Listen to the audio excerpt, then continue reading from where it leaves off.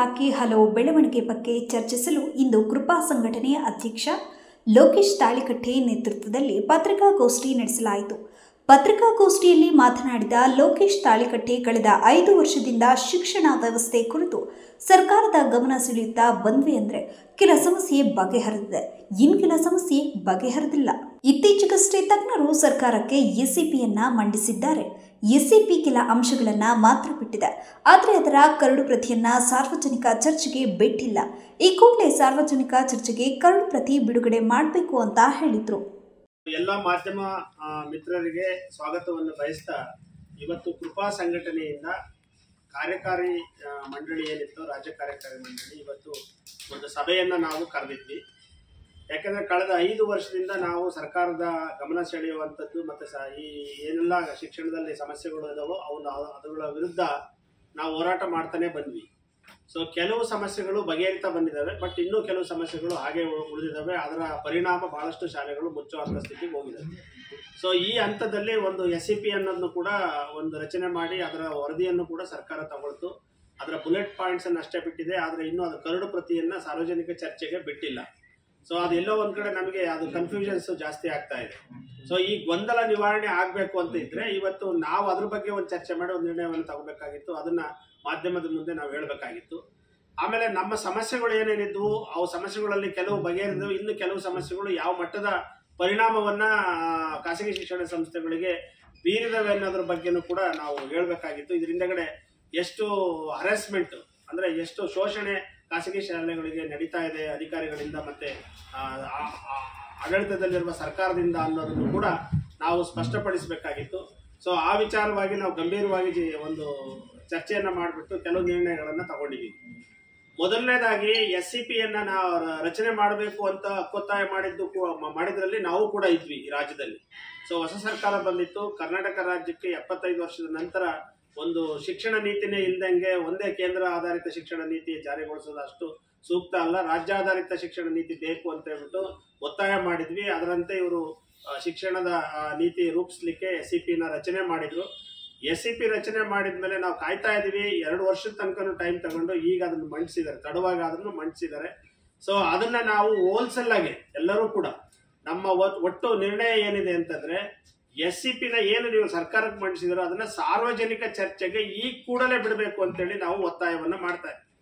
ಯಾಕಂದ್ರೆ ಅದರಲ್ಲಿ ಕೆಲವು ಗೊಂದಲಗಳಿದಾವೆ, ಕೆಲವು ನಮಗೆ ಅನುಕೂಲ ಆಗೋ ತರ, ಅಂದ್ರೆ ಇಡೀ ಶಿಕ್ಷಣ ವ್ಯವಸ್ಥೆಗೆ ಅನುಕೂಲ ಆಗೋ ಅಂತವ್ ಇದಾವೆ. ಸೊ ಇದು ಸಾರ್ವಜನಿಕ ಚರ್ಚೆ ಆದಾಗ ಅದರ ಒಟ್ಟು ಫಲಿತಾಂಶ ಏನು ಅಂತೇಳಿ ಸರ್ಕಾರಕ್ಕೂ ಗೊತ್ತಾಗುತ್ತೆ ಮತ್ತೆ ನಮ್ಮ ಶಿಕ್ಷಣ ಸಂಸ್ಥೆಗಳಿಗೂ ಗೊತ್ತಾಗುತ್ತೆ.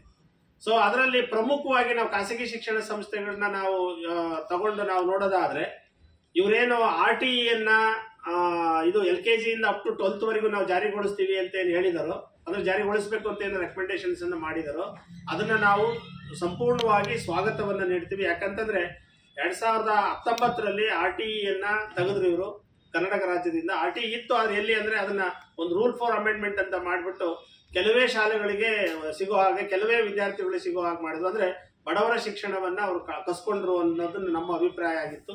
ಸೊ ಅದನ್ನ 12ರವರೆಗೂ ಜಾರಿಗೊಳಿಸಿ ಅಂತ ಹೇಳಿದಾರಲ್ಲ, ಅದನ್ನ ನಾವು ಬಹಳ ತುಂಬ ಹೃದಯದಿಂದ ನಾವು ಸ್ವಾಗತ ಮಾಡ್ತೀವಿ. ಮತ್ತೆ ಇದನ್ನ ಜಾರಿಗೊಳಿಸಬೇಕು ಅಂತೇಳಿ ಸಿದ್ದರಾಮಯ್ಯ ಅವರಿಗೆ ಒತ್ತಾಯ ಮಾಡ್ತೀವಿ. ಆಮೇಲೆ ಖಾಸಗಿ ಶಿಕ್ಷಣ ಸಂಸ್ಥೆಗಳು ತನ್ನದೇ ಆದಂತಹ ಒಂದು ಡೈರೆಕ್ಟರೇಟ್ ಅನ್ನ, ಅಂದ್ರೆ ಸರ್ಕಾರ ಒಂದು ಡೈರೆಕ್ಟರೇಟ್ ಅನ್ನ ಮಾಡಬೇಕು ಬರೀ ಖಾಸಗಿ ಶಿಕ್ಷಣ ಸಂಸ್ಥೆಗಳಿಗೋಸ್ಕರ ಅನ್ನೋದು ಕಳೆದ 5 ವರ್ಷದಿಂದ ಒತ್ತಾಯ ಆಗಿತ್ತು. ಯಾಕೆ ಅಂತಂದ್ರೆ ಸರ್ಕಾರದಲ್ಲಿರುವಂತಹ ಕೆಳಮಟ್ಟದಿಂದ ಕಮಿಷನರ್ ಲೆವೆಲ್ ವರೆಗೂ ಇರುವಂತಹ ಅಧಿಕಾರಿಗಳು ಅವರ ಗುರಿ ಏನಾಗಿತ್ತು ಅಂದ್ರೆ ಖಾಸಗಿ ಶಿಕ್ಷಣ ಸಂಸ್ಥೆಗಳನ್ನ ಶೋಷಣೆ ಮಾಡೋದೇ ಆಗಿತ್ತು. ಸೊ ಅಲ್ಲಿ BEO ಇಂದ ಹಿಡಿದು DDPI ಇಂದ ಹಿಡಿದು ಮತ್ತೆ JD ಇಂದ ಹಿಡಿದು ಮತ್ತೆ ಕಮಿಷನರ್ ಆಫೀಸ್ ವರೆಗೂ ಯಾರೆಲ್ಲ ಡೈರೆಕ್ಟರ್ಸ್ ಇದಾರೋ ಎಲ್ಲರೂ ಕೂಡ ಖಾಸಗಿ ಶಾಲೆಯನ್ನು ಗುರಿಯಾಗಿಸಿ ಒಂದಲ್ಲ ಒಂದು ನಿಯಮಗಳನ್ನ, ಖಾಸಗಿ ಶಾಲೆಗಳು ಭರಿಸಲಾಗದಂತ ನಿಯಮಗಳನ್ನ ರೂಪಿಸೋದ್ರ ಮೂಲಕ ನಮ್ಮನ್ನ ಶೋಷಣೆಗೊಳಪಡಿಸ್ತಾ ಇದ್ರು. ಸೊ ಹಾಗಾಗಿ ಆ ವಿಚಾರದಲ್ಲಿ ಅವರು ಸಪರೇಟ್ ಡೈರೆಕ್ಟರೇಟ್ ಅನ್ನ ಮಾಡಿರೋದನ್ನ ನಾವು ಖಂಡಿತ ಸ್ವಾಗತ ಮಾಡ್ತೀವಿ. ಮತ್ತೆ ನಾವೆಲ್ಲರೂ ಕೂಡ ಅದು ಒಂದು ಒಳ್ಳೆಯ ಬೆಳವಣಿಗೆ, ಅದು ಆಗ್ಬೇಕು ಅಂತೇಳಿ ಕೂಡ ನಾವು ಒತ್ತಾಯ ಮಾಡ್ತೀವಿ. ಸೊ ಇದು 2ನೇ ಬಹುಮುಖ್ಯವಾದಂತಹ ವಿಷಯ. ಆಮೇಲೆ DSCRT ಅಂತ ಇತ್ತಲ್ಲ, ಅಲ್ಲಿಂದ ಪಠ್ಯಪುಸ್ತಕಗಳು ಏನ್ ಬರ್ತಾ ಇದ್ವು ಅವು ಬಹಳ ಕಳಪೆ ಗುಣಮಟ್ಟದ ಪಠ್ಯಪುಸ್ತಕಗಳಾಗಿದ್ವು. ಮತ್ತೆ ಪ್ರತಿ ಬಾರಿ ಅದು ಬದಲಾವಣೆ ಬಹಳ ದೊಡ್ಡ ಚರ್ಚೆಯನ್ನು ಹುಟ್ಟಾಕಿ ಇಡೀ ರಾಜ್ಯದಲ್ಲಿ ಬಹಳ ಗೊಂದಲವನ್ನು ಸೃಷ್ಟಿ ಮಾಡ್ತಾ ಇತ್ತು. ಸೊ ಅದನ್ನ ಒಂದು ಪರ್ಮನೆಂಟ್ ಅದನ್ನ state research education research committee ಅಂತ ಮಾಡ್ತಾ ಇದೀವಿ ಅಂತ ಹೇಳಿರೋದು ಅದು ಸ್ವಾಗತಾರ್ಹ. ಬಟ್ ಅದು ಯಾವ ಲೆವೆಲ್ಗೆ ಮತ್ತೆ ಅವರ ಯಾವ ಕಂಡೀಷನ್ಸ್ ಮೇಲೆ ಅದನ್ನ ಮಾಡ್ತಾರೆ ಅನ್ನೋದನ್ನು ಕೂಡ ನಾವು ಅದನ್ನ ಪರಾಮರ್ಶೆ ಮಾಡ್ಬೇಕಾಗುತ್ತೆ. ಅದಕ್ಕೆ ಕರಡು ಪ್ರತಿ ಬಂದ್ರೆ ಅದ್ರ ಬಗ್ಗೆ ನಾವು ನಮ್ಮ ನಿರ್ಣಯವನ್ನ ಹೇಳ್ತೀವಿ. ಮೇಲ್ನೋಟಕ್ಕೆ ಅದನ್ನ ಸ್ವಾಗತ ಮಾಡ್ತೀವಿ, ಬಟ್ ಅಲ್ಲೂ ಕೂಡ ಪಠ್ಯಪುಸ್ತಕ ಸಮಿತಿ ಅಂತ ಏನಿದೆಯೋ ಅದನ್ನ ಸಂಪೂರ್ಣವಾಗಿ ತೆಗಿಬೇಕು ಅದನ್ನ. ಸೊ ನೀವೇನು ಪಠ್ಯಪುಸ್ತಕ ಇದನ್ನ ಸಿಲೆಬಸ್ ಅನ್ನ ಮಾಡ್ತಿರೋ ಅಥವಾ ಕಂಟೆಂಟ್ ಅನ್ನ ಮಾಡ್ತಿರೋ ಅದನ್ನ ನೀವು ಪಬ್ಲಿಕ್ ಬಿಟ್ರೆ ಪ್ರೈವೇಟ್ನವ್ರು ಪ್ರಿಂಟ್ ಹಾಕಿ ಕೊಡ್ತಾರೆ, ಅಥವಾ ಆಯಾ ಶಾಲೆಯವರು ಪ್ರಿಂಟ್ ಹಾಕಿ ಅವ್ರಿಗೆ ಒಳ್ಳೆ ಕ್ವಾಲಿಟಿ ಬುಕ್ಸ್ ಅನ್ನ ಅವ್ರು ಮಾಡ್ಕೊಳ್ಳೋದಕ್ಕೆ ಅವಕಾಶ ಮಾಡಬೇಕು. ಯಾಕೆ ಅಂತಂದ್ರೆ ಇವರು ಪ್ರಿಂಟ್ ಹಾಕಿ ಕೊಡ್ತಾರ ಪುಸ್ತಕ, ಇದುವರೆಗೂ ಕೊಡ್ತಾರ ಪುಸ್ತಕ ಕ್ವಾಲಿಟಿ ಇರೋದಿಲ್ಲ, ಕಂಟೆಂಟ್ ಕ್ವಾಲಿಟಿ ಇರೋದಿಲ್ಲ, ಮತ್ತೆ ಪುಸ್ತಕದ ಕ್ವಾಲಿಟಿನೂ ಇರೋದಿಲ್ಲ. ಸೊ ಸರಿಯಾಗಿ ಮಾಹಿತಿನೂ ಅದರಲ್ಲಿ ಇರೋದಿಲ್ಲ. ಹಾಗಾಗಿ ನಾವು ಅದನ್ನ ಬಹಳ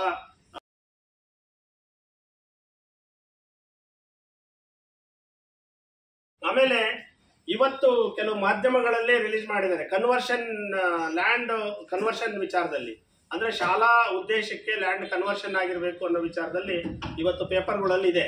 ಅದೇನು ಅಂದ್ರೆ ಬಿ ಖಾತೆ ವಿಚಾರದಲ್ಲಿ ಹೇಳಿದ್ದಾರೆ. ನಿನ್ನೆ ಎಜುಕೇಶನ್ ಮಿನಿಸ್ಟರ್ ಜೊತೆಗೆ ನಮ್ಮ ಈಶ್ವರ್ ಖಂಡ್ರೆ ಜೊತೆ ಚರ್ಚೆ ಮಾಡುವಾಗ ಬಿ ಖಾತೆ ಇದ್ರೆ ಅದು ಶೈಕ್ಷಣಿಕ ಉದ್ದೇಶಕ್ಕೆ ಲ್ಯಾಂಡ್ ಮುಡಿಪಾಗಿದ್ರೆ ಅದನ್ನ ನಾವು ಅಕ್ಸೆಪ್ಟ್ ಮಾಡ್ತೀವಿ, ಲ್ಯಾಂಡ್ DC ಕನ್ವರ್ಷನ್ ಬೇಕಾಗಿಲ್ಲ ಅಂತೇಳಿ ನೆನ್ನೆ ಹೇಳಿದ್ರು. ಬಟ್ ಇವತ್ತಿನ ಪೇಪರ್ನಲ್ಲಿ ಶಾಲಾ ಕಟ್ಟಡಗಳನ್ನು ಹೊರತುಪಡಿಸಿ ಅಂತ ಹೇಳ್ತಾ ಇದೆ. ನನ್ನ ಪ್ರಶ್ನೆ ಇಷ್ಟೇ, ಕಳೆದ ಸುಮಾರು 40-50 ವರ್ಷದಿಂದ ಶಿಕ್ಷಣ ಸಂಸ್ಥೆಗಳನ್ನ ಪ್ರಾರಂಭ ಮಾಡುವಾಗ ಇವರು ಕನ್ವರ್ಷನ್ಸ್ ಅನ್ನ ಕಂಪಲ್ಷನ್ ಮಾಡಿರ್ಲಿಲ್ಲ. ಈಗ ಇದ್ದಕ್ಕಿದ್ದಂಗೆ ಕನ್ವರ್ಷನ್ಸ್ ಅನ್ನ ಇಟ್ಕೊಂಡು ಲಾಸ್ಟ್ ಇಯರ್ ಇಂದ ಶಾಲೆಗಳನ್ನ ಅನಧಿಕೃತ ಪಟ್ಟಿಗೆ ಸೇರಿಸ್ತಾ ಇದ್ದಾರೆ. ಸೊ ನೀವು ಅದಕ್ಕೆ ಒಂದು ವೈಜ್ಞಾನಿಕ ಅಥವಾ ಕಾನೂನಾತ್ಮಕವಾದಂತ ನಿಯಮವನ್ನು ಯಾಕೆ ರೂಪಿಸಲಿಲ್ಲ ಅನ್ನೋದು ನಿನ್ನೆ ನಮ್ಮ ಪ್ರಶ್ನೆ ಆಗಿತ್ತು. ಸೊ ಮೊನ್ನೆ ಈ 1 ವರ್ಷದಿಂದ ನಾವು ಇದನ್ನ ಕೇಳ್ತಾ ಇದ್ವಿ. ಸೊ ನಿನ್ನೆ ಅವ್ರು ನಮ್ಗೊಂದು ಆಶ್ವಾಸನೆ ಕೊಟ್ಟಿದ್ರು. ಈಗ ನಮ್ಮ ಒತ್ತಾಯ ಏನಿದೆ ಅಂತಂದ್ರೆ ನಾವು ಶಾಲೆಗಾಗಿನೇ ಸ್ಥಳ ಬಳಸ್ತಾ ಇರೋದ್ರಿಂದ ಅದು ಶಾಲೆಗಾಗಿ ಅಂತಾನೆ ನಾವು ಖಾತೆಗಳನ್ನ ಎ ಖಾತೆ, ಕೆಲವು ಸಾರಿ ಬಿ ಖಾತೆಯನ್ನು ನಾವು ಮಾಡಿಸಿರೋದ್ರಿಂದ ಅವುಗಳಿಗೆ ನೀವು ಇದನ್ನ ಶಾಲೆಗಳನ್ನ ನಡೆಸೋದಿಕ್ಕೆ ಮತ್ತೆ ರಿನ್ಯೂವಲ್ ಅನ್ನ ತಗೊಳ್ಳೋದಿಕ್ಕೆ ಮತ್ತೆ ಹೊಸ ಪರ್ಮಿಷನ್ ಅನ್ನ ತಗೊಳ್ಳೋದಿಕ್ಕೆ ನೀವು ಅವಕಾಶವನ್ನ ನೀಡಬೇಕು ಅಂತೇಳಿ ನಾನು ಸರ್ಕಾರಕ್ಕೆ ಈ ಮೂಲಕ ಒತ್ತಾಯ ಮಾಡ್ತೀವಿ.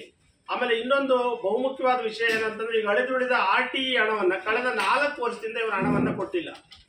ಸೊ ಯಾಕೆ, ಏನ್ ಪ್ರಾಬ್ಲಮ್ ಆಗಿದೆ? ಸರ್ಕಾರದಲ್ಲಿ ಹಣ ಇಲ್ಲ ಅಂತನ?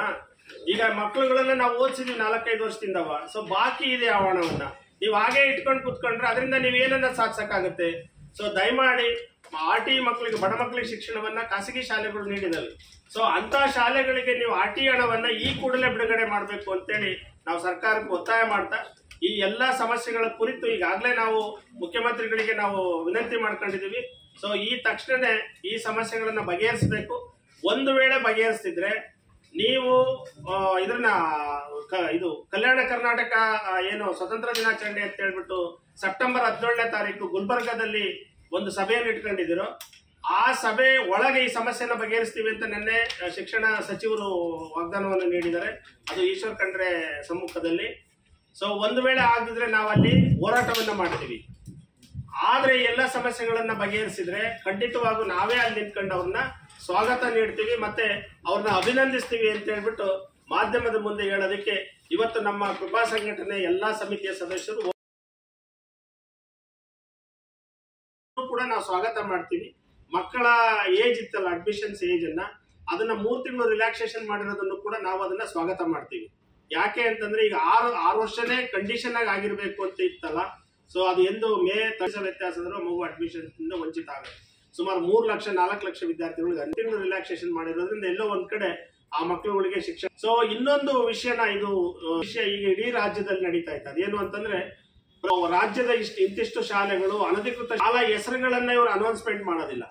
ನಂಬರ್ DDPIಗಳು ಆ ಶಾಲೆಗಳಿಗೆ ಕುದುರಿಸುವಂತದ್ದು ನಾನು ಓಪನ್ ಆಗಿ ಆರೋಪ ಮಾಡ್ತಾ ಇದ್ದೀನಿ. ವ್ಯವಹಾರವನ್ನು ಇಯರ್ ಇಂದ ಈ ರಾಜ್ಯದಲ್ಲಿ ನಡೀತಾ ಇದೆ. ಇನ್ನು ಉಳಿದಂತ ಶಾಲೆಗಳು ಹೇಗೋ ನೆಗೋಷಿಯೇಟ್ ಮಾಡ್ಕೊಂಡು ಕಳೆದ ವರ್ಷ 1,500 ಅಂತ ಇತ್ತು, ಲಾಸ್ಟ್ ಏಪ್ರಿಲ್ 900 ಚಿಲ್ಡ್ರ ಅಂತ ಹೇಳ್ತಾ ಇದಾರೆ. ಸೊ ಈ ವರ್ಷ ಜಂಪ್ ಆಗ್ಬಹುದು ಅಂತೇಳಿ ನಾವು ಭಾವಿಸ್ತಾ ಇದೀವಿ. ಮಾಡಿಕೊಡುವಂತಹ ಒಂದು ಯೋಜನೆ ಅಂತೇಳಿ ನಾನು ಭಾವಿಸ್ತೀನಿ ಇದನ್ನ. ಸೊ ಈ ನಿಟ್ಟಿನಲ್ಲಿ ಸರ್ಕಾರ ಈ ಕೂಡಲೇ ಮಧ್ಯಪ್ರವೇಶ ಮಾಡಿಬಿಟ್ಟು ಆ ರೀತಿ ಅನಧಿಕೃತ ಅಂತ ಗೊತ್ತಾದ್ರೆ ಅದ್ರ ಹೆಸರುಗಳನ್ನ ಅನೌನ್ಸ್ಮೆಂಟ್ ಮಾಡ್ಲಿ, ಪಬ್ಲಿಕ್ ಗೊತ್ತಾಗ್ಲಿ. ಯಾಕಂದ್ರೆ ಪೋಷಕರು ಕೂಡ ನಮ್ಮನ್ನ ಅನುಮಾನ ದೃಷ್ಟಿಯಲ್ಲಿ ನೋಡ್ತಾರೆ. ಸೊ ಅದ್ ಹೆಸರುಗಳನ್ನ ಅನೌನ್ಸ್ ಮಾಡ್ಲಿ ಅಂತೇಳಿ ನಾವು ಓಪನ್ ಸರ್ಕಾರಕ್ಕೆ ಇದು ಚಾಲೆಂಜ್ ಆದ್ರೂ ಅಂದ್ಕೊಳ್ಳಿ ಅಥವಾ ನಮ್ಮ ಒತ್ತಾಯ ಅಂತನಾದ್ರೂ ಅಂದ್ಕೊಳ್ಳಿ ಅಥವಾ ಅನಿಸಿಕೆ ಅಂತನಾದ್ರೂ ಅಂದ್ಕೊಳ್ಳಿ, ಇದನ್ನ ತಕ್ಷಣನೇ ಜಾರಿಗೊಳಿಸಬೇಕು. ಅವ್ರ ಹೆಸರುಗಳನ್ನ ಅನೌನ್ಸ್ ಮಾಡಬೇಕು. The public will come to know ಅದ್ ಯಾವ ಹೆಸರುಗಳು ಅಂತ ಒಂದು. ಸೊ ಇದು ಭ್ರಷ್ಟಾಚಾರಕ್ಕೆ ದಾರಿ ಆಗುತ್ತೆ, ಇದು ಆಗ್ಬಾರ್ದು ಅನ್ನೋದನ್ನ ನೇರವಾಗಿ ನಾನು ಅದನ್ನ ಹೇಳೋದಕ್ಕೆ ಇಚ್ಛಿಸ್ತೀನಿ. ಸೊ ಇದು ಒಂದು ವಿಷಯ ಇವತ್ತು ನಾವು ಚರ್ಚೆಗೆ ಬಂದು ಅದನ್ನ ಪ್ರಮುಖವಾಗಿ ನಾವು ಅದನ್ನ ನಿರ್ಣಯವನ್ನ ತಗೊಂಡ್ವಿ. ಸೊ ಇಲ್ಲಿ ನಮ್ಮ ಒಟ್ಟಾರೆ ಇದೇನಿತ್ತು ಅಂತಂದ್ರೆ ಭ್ರಷ್ಟಾಚಾರ ಮುಕ್ತವಾಗಿರ್ಬೇಕಾಗಿತ್ತು.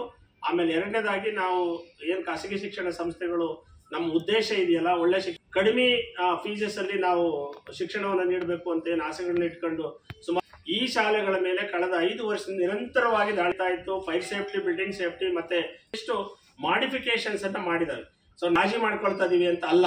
ಸೊ ಫೈರ್ ಸೇಫ್ಟಿನೂ ಸರ್ಟಿಫಿಕೇಟ್ ಅನ್ನು ಕೊಡೋದಕ್ಕೆ ನಾವು ಸಿದ್ಧ, ಕನ್ವರ್ಷನ್ಸ್ ಕೊಡೋದಕ್ಕೆ ನಾವು ಸಿದ್ಧ ಇದೀವಿ. ಅದನ್ನೊಂದು ಸಿಂಗಲ್ ವಿಂಡೋ ಸಿಸ್ಟಮ್ ಅಲ್ಲಿ ನೀವು ಮಾಡಿ ಅನ್ನೋದೇ ನಮ್ಮ ಹಕ್ಕೊತ್ತಾಯ ಆಗಿತ್ತು. ಇವರು ಈಶ್ವರ್ ಖಂಡ್ರೆ ಅವರ ನೇತೃತ್ವದಲ್ಲಿ ಒಂದು ಸಮಿತಿ, ಒಂದು ಅಸೋಸಿಯೇಷನ್ಸ್ ಅಲ್ಲಿದ್ದು ನಮ್ಮ ಬೇಡಿಕೆಗಳಿದ್ವು. ಅದನ್ನ ಬಹಳ ಚರ್ಚೆಯನ್ನ ಮಾಡಿಬಿಟ್ಟು ಅದನ್ನ ಒಪ್ಕೊಳ್ಳುವಂತಹ ಒಂದು ಪ್ರಯತ್ನವನ್ನ ನಮ್ಮ ಎಜುಕೇಶನ್ ಮಿನಿಸ್ಟರ್ ಮಾಡಿದ್ದಾರೆ. ಅದಕ್ಕೆ ನಾವು ಅವ್ರಿಗೆ ಅಭಿನಂದಿಸ್ತೀವಿ. ಮತ್ತೆ ಈ ರೀತಿ ಆಲೋಚನೆಗಳು ಮುಂದುವರಿಲಿ. ಇದ್ರ ಮೇಲೆ ಒಂದಿಷ್ಟು ಬೆಳಕನ್ನ ಚೆಲ್ಲುವಂತ ಕೆಲಸಗಳನ್ನ ಮತ್ತೆ ಅನುಕೂಲ ಆಗುವಂತ ಕೆಲಸಗಳನ್ನ ನೀವು ಮಾಡಬೇಕು ಅಂತ ಹೇಳ್ಬಿಟ್ಟು ನಾವು ಒತ್ತಾಯಗಳನ್ನ ಮಾಡ್ತಾ ಇದೀವಿ.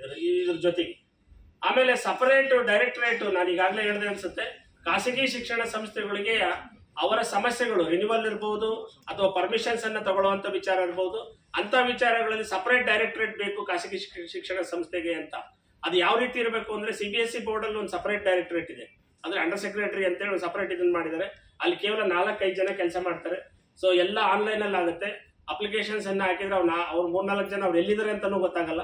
ಸೊ ಅವ್ರು ನಮಗೆ ರಿನ್ಯೂವಲ್ ಮತ್ತೆ ಪರ್ಮಿಷನ್ಸ್ ಎಲ್ಲ ಕೊಡ್ತಾರೆ. ಬಟ್ ಇಲ್ಲಿಂಗಲ್ಲ, ಅಪ್ಲಿಕೇಶನ್ ಹಾಕ್ಬಿಟ್ಟು BEO ಇಂದ ಎಲ್ಲಾ ಟೇಬಲ್ಗಳನ್ನು ಕ್ರಾಸ್ ಆಗಿ DDPI ಬರಬೇಕಾಗುತ್ತೆ. ಸೊ ಅದರಲ್ಲಿ ಒಂದಿಷ್ಟು ಬದಲಾವಣೆಗಳನ್ನ ಮಾಡಿದ್ರು. ಮೊದಲು ಸ್ಟೇಟ್ ವರೆಗೂ ಇತ್ತು, ಅದನ್ನ DDPIಗೆ ಮಾಡಿದ್ರು, ಅದು ನಾವು ಸ್ವಾಗತ ಮಾಡಿದ್ವಿ. ಬಟ್ ಈಗ ಇನ್ನೂ ಅಷ್ಟು ವೈಜ್ಞಾನಿಕರಣಗೊಳಿಸ್ಬಿಟ್ಟು ಅದನ್ನ ಸಪರೇಟ್ ಮಾಡಬೇಕು ಅಂತ SCP ಹೇಳಿರೋದ್ರಿಂದ ಅದನ್ನ ನಾವು ಮುಕ್ತವಾಗಿ ಸ್ವಾಗತ ಮಾಡ್ತೀವಿ. ಮತ್ತೆ ಅದು ಭ್ರಷ್ಟಾಚಾರ ರಹಿತವಾಗಿ ಸಪರೇಟ್ ಆಗಿ ಇರಬೇಕು, ಅದೊಂದು ಎಫಿಷಿಯಂಟ್ ಆಟೋನಮಸ್ ಬಾಡಿ ಆಗಿರ್ಬೇಕು ಅಂತ ಹೇಳಿ ನಾವು ಹೇಳೋದಕ್ಕೆ ಇಚ್ಛಿಸ್ತೀವಿ.